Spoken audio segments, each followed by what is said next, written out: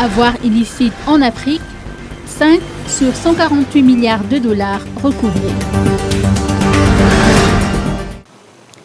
Chaque année en Afrique, le coût de la corruption se chiffre à 148 milliards de dollars, une somme qui pourrait être investie dans le développement du continent.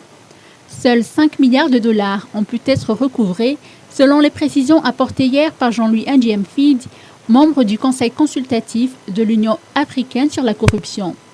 Un recouvrement systématique des produits de la corruption devrait être mis en œuvre. C'est pour mieux endiguer le fléau que le Conseil consultatif encourage l'élaboration d'une position africaine commune sur le recouvrement des avoirs.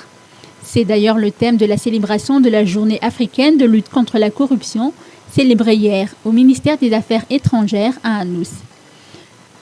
Selon le directeur de cabinet représentant le Premier ministre, la loi sur le recouvrement des avoirs à Madagascar ne peut que rassurer les investisseurs honnêtes. Le ministre Adzo Angenenarville, assurant l'intérim du ministre des Affaires étrangères, a pour sa part mis l'accent sur la détermination de l'État malgache à endiguer le fléau de la corruption, un mal qui constitue une entrave au développement du pays. Lamina Boutsaradi, directeur général du SAMIFIN, met l'accent sur la synergie d'action entre les acteurs engendrée par cette loi sur le recouvrement des avoirs. Elle favorise également une coopération internationale et instaure une procédure particulière par le biais d'un mécanisme de saisie pénale immobilière.